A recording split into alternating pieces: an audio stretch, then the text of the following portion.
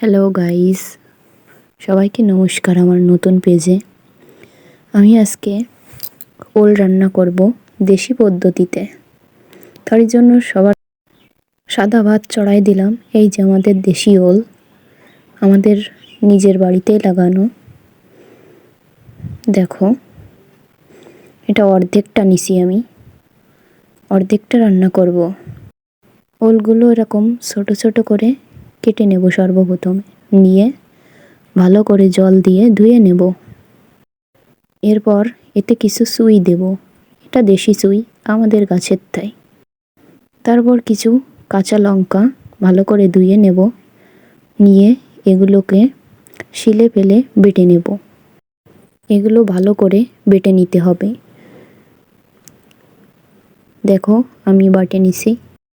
এগুলো বাটতে বাটতে আমার ভাতের হাঁড়িটা হয়ে গেছে। এটা এখন উপর দিছি। এই দেখো, এই মাছ দিয়ে আমি ওল রান্না করব। এটা হলো তেলাপিয়া মাছ, লাল রঙের। এবার সবার প্রথমে মাছগুলো ভেজে নিতে হবে। দেখো, মাছগুলো ভেজে নিছি। মাছগুলো ভাজা হয়ে গেলে ওলটা এবার সিদ্ধ করতে দেব। ওলগুলো ভালো করে সিদ্ধ করে